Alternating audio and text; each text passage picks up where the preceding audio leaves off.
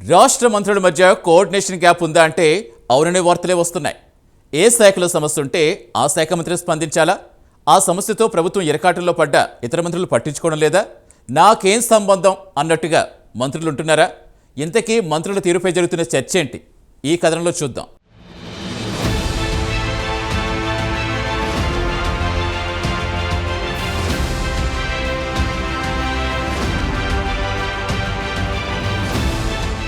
మంత్రుల తీరుపై సెక్రటేరియట్లో ఆసక్తికరమైన చర్చ జరుగుతోంది. మంత్రుల మధ్య సమన్వయం లేదని, దీంతో సర్కార్ రిస్క్లో పడుతుందనే గుసగుసలాడుకుంటున్నారు. ప్రభుత్వం ఇబ్బంది పడే ఏ సమస్య వచ్చినా మంత్రులు ఎవరికి వారే యమునా తీరే అన్నట్లుగా వ్యవహరిస్తున్నారట. మంత్రుల మధ్య కోఆర్డినేషన్ లేకపోవడంతో చిన్న సమస్య పెద్దదిగా మారుతోందట. దీంతో ప్రతిదీ సీఎం కలగజేసుకుంటే తప్ప సమస్యకు పరిష్కారం దొరకటం లేదనేది చర్చ జరుగుతోంది.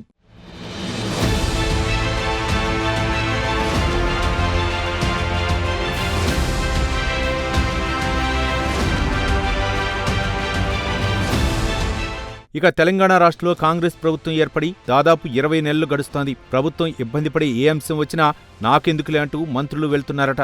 శాఖాపరమైన సమస్యలు వచ్చినప్పుడు ఆ శాఖ మంత్రి తప్పితే మిగతా మంత్రివర్గంలో ఏ మంత్రి మాట్లాడటం లేదనే టాక్ ఉంది. దీంతో మంత్రుల మధ్య కోఆర్డినేషన్ లేకపోవటం వల్లనే ఈ రకమైనటువంటి ఇబ్బందులు వస్తున్నాయని అధికారులు మాట్లాడుకుంటున్నారు. మొదట్లో వ్యవసాయ రుణమాఫీ లాంటి అంశం తెరమీదకు వచ్చినప్పుడు కొందరు మంత్రులు రుణమాఫీ అయిందని అంటే తుమ్మల నాగేశ్వరరావు కాలేదని ప్రకటన చేశారు. ఇలా శాఖాపరమైన అంశాలు వచ్చినప్పుడు నేను మాట్లాడను, నాకు సంబంధం లేదని తప్పించుకు తిరుగుతున్నారట మంత్రులు.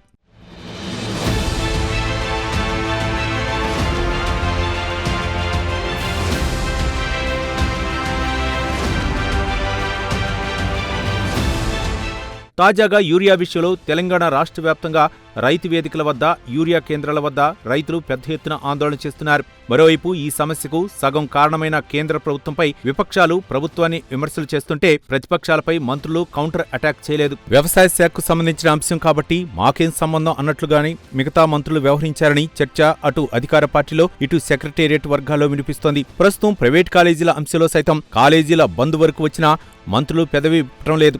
ఆ శాఖ ఆర్థిక శాఖ మంత్రి బట్టి విక్రమార్క దగ్గర ఉండటంతో వాళ్లే చూసుకుంటారులే అని ప్రతిపక్షాల విమర్శలకు కౌంటర్ ఇవ్వటం లేదట.